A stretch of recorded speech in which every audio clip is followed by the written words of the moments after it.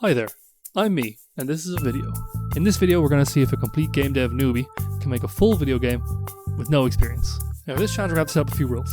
First, the game has to be done in 2 weeks. This is just because I've seen a lot of people start getting into game development and they want to make a massive complex RPG with tons of systems and mechanics, and it's just a bit much with people improving so much at the start. This means you end up redoing the same system over and over again as your skill improves, because you keep trying to just do better. Secondly, the game has to be a full experience. This means a full gameplay loop, a story, or at least some form of narrative progress. The game has to be fully voiced with sounds, and finally the game needs to have music. You never see a good game without music. Finally, and this is a rule you won't see in many other places, anything that goes into the game has to stay in. This is just to prevent that earlier problem of repeatedly improving and upgrading systems and getting caught in development eternity. So once it's in the game, it stays in, no matter how much I want to improve it. Sometimes foreshadowing is relatively obvious. So with the rules in place, let's get started. The first question I had at the start of the game making process was, where do I start? I wanted to make a game but didn't even know what type of game I wanted to make. Since this challenge was partially inspired by game jams and more specifically by the YouTuber Vimlark's videos on game jams, I looked at this catalogue and found a nice little game called Orbiting Defense. In this game you control a collection of satellites as they orbit the planet, and you collide with asteroids to destroy them and protect Earth. Simple, and most importantly short enough that I could feasibly make something like this in a short time. Plus, I just really like the space setting. So instead of protecting Earth with satellites, I wanted to control Earth and avoid hazards like plasmas shot by the sun. It was at this point I realised I was trying to create an arcade-style bullet hell game. BAM! Genre and team picked. Next we had to get started making what I call MWP, or Minimum Working Product. This is essentially the very basics of the game, which we can later add to and polish to make a better experience. What makes an MWP will vary from project to project, but here it would be to make our simple 2D pixel art assets, the game controls, and the win and loss conditions. This makes a game in its loosest definition, where there is user input, a goal, and failure. On top of that, we added some UI so the player knows how much health they have and how long they have to survive for.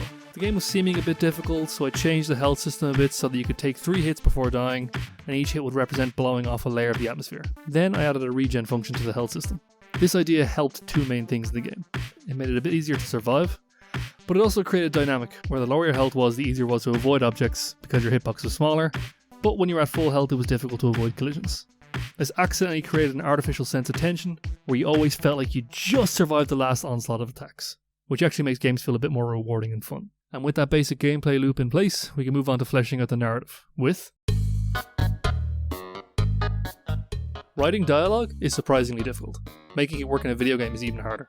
Not only do you have to do the hard work of making 2 characters speak to one another in a semi-believable way.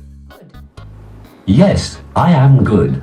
I just said I was. No, you didn't. But then you also have to make the text appear in the game. Thankfully, Brackies came to the rescue with a dialogue system tutorial, so I mocked up a quick dialogue box and made some pixel art characters to progress my story. Guess which one I made after watching a tutorial on how to make better pixel art? When I sat down to write the dialogue, it really set the scope of the game. I knew the game's genre and theme, and that I wanted it to be level based, but I didn't know how many levels I wanted, so I came up with the idea that each level would introduce an escalating hazard I had to avoid, and quickly came up with a few off the top of my head, and each level would be prefaced with a bit of dialogue to explain the newest hazard, with hopefully a bit of comic relief thrown in to keep the player attention. So I set up 4 levels with 4 dialogue based cutscenes. Again, I cannot emphasize how difficult this was. Making one character speak after another is finished is not easy, or at least not as easy as it should be. But this led on to our next problem to tackle. Problem? The sun is producing CME.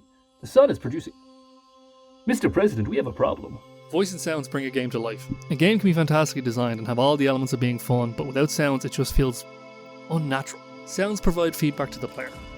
Have you ever played a game where it just feels really good to shoot a particular gun, or jump, or it even feels good just to click a button? This is usually because of some sort of feedback. You push a button, something good happens, and you get a sound cue that you associate with it that just releases a tiny bit of dopamine. This is why sounds are important, as they drastically increase player engagement. Same goes for voiceover work. Video games are often a leisure activity, and while reading can be fun, sometimes it's nice just to sit back and listen to someone read you the story. Thankfully I have a pool of talented voice actors I can contact, but if you're ever stuck you can go on and offer voiceover work on Casting Call Club or Voiceover Club. Just remember to pay your voice actors. If you want to put together a quality product and you aren't willing to pay people for their time, you won't get the best out of them. Even a small bit of payment is often enough to entice some good talent. As for myself, I had the tools and materials to voice the project, but asked a friend if he'd help me out too. Hey man, I'm making a video game, you want to do some voice acting for it? Oh no, not again. Ah, come on, please, I really need some help here. Okay, fine. I could tell he was excited to help. So I got my gear set up and recorded my own lines. Mr. President, we have a problem. If you're looking for tips on how to produce a good quality voice recording, I recommend looking at those previous sites for hints and tricks. But with that done, I just have to Frankenstein those recordings into the dialogue system. Should one hitter, you could spell the end of life as we know it. Who are you and how did you get into my office? But with this done, the next step was to make the extra levels.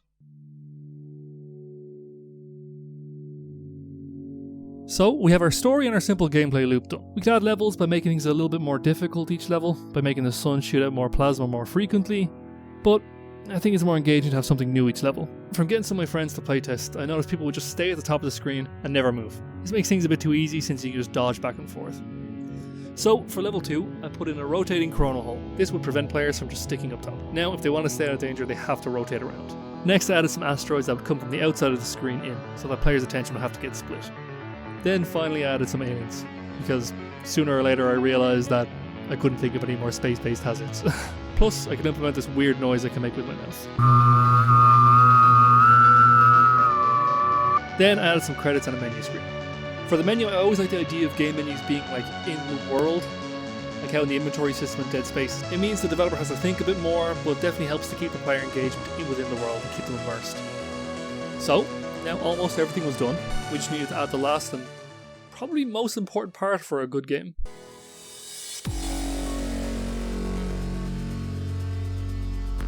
Music.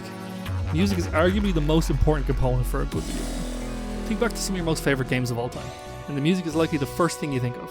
Music is the component that turns a game from good to great, and when the player has done your game, it's going to be the thing that sticks with them the longest after the final credits scroll.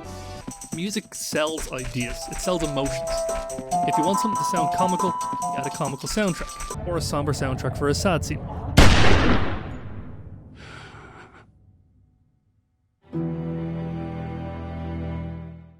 I mean, I can play this song right now, and you'll probably know what game it's from, even if you haven't played it. But even if you don't know what game it's from, you can still kind of get the general emotion they're kind of going for. Now sadly, I lack one thing to make music. Talent.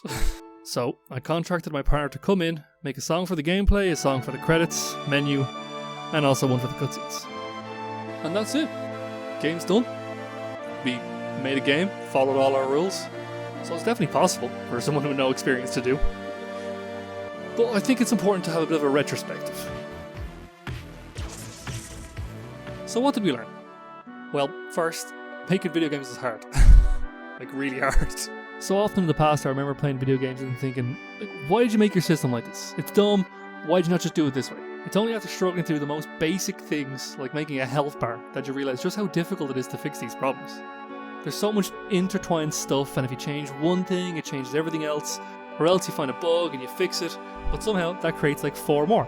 Simple tasks take a long time, so you do get a kind of newfound respect for the developers on the other side of the video game. Next, video games can be made by anyone.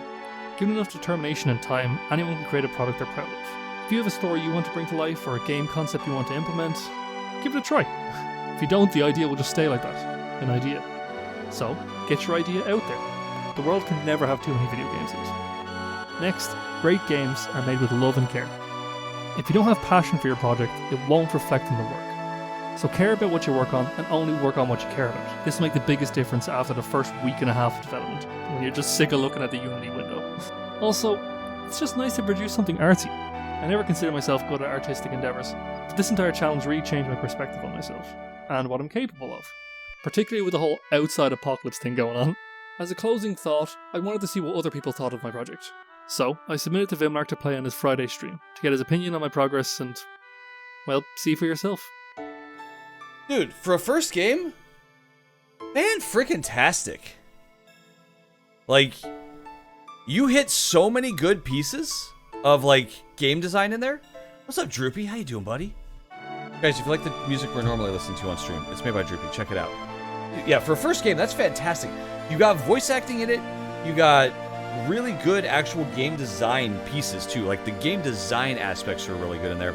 So all in all, the experience is pretty fun and it's definitely one I'd recommend. Follow the link in the description if you want to play the game, and if you like this video, give it a like, so I know if people want to see more of this kind of idea. And subscribe, because who knows, maybe I'll make a new video game. Maybe. Probably. Definitely. Alright, that's all from me. Cheers. Take it easy.